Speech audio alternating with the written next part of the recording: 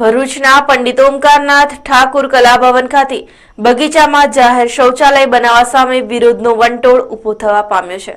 શક્તિનાથ નજીક આવેલ ઓમકારનાથ હોલ ખાતે બગીચામાં જાહેર શૌચાલય બનાવીને સોનાની થાળીમાં લોઢાની મેખ મારવા જેવું કાર્ય હાથ ધર્યું છે, જે અન્વયે 2 મહાકાય વૃક્ષ કાપવાની કામગીરી કાર્યરત છે।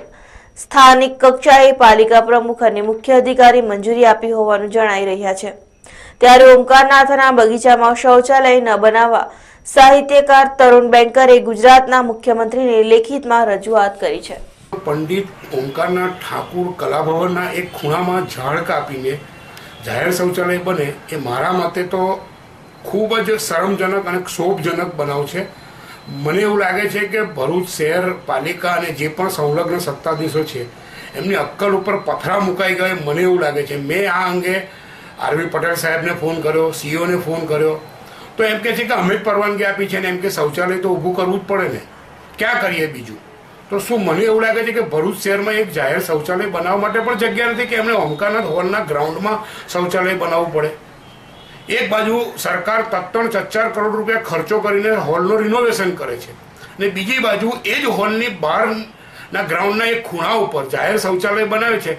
મારી દ્રષ્ટિએ તો કળા અને સાહિત્યના ક્ષેત્ર માટે પણ આ બહુ જ શરમજનક અને ક્ષોભજનક બનાવ છે।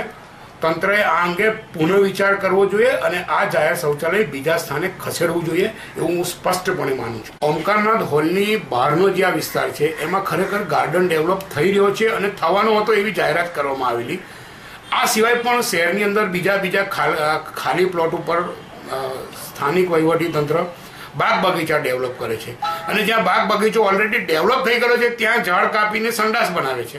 હવે આ કોન્ટ્રાવર્સ અને આખું એક જુદી વિરોધાભાસ મને સમજાતો નથી।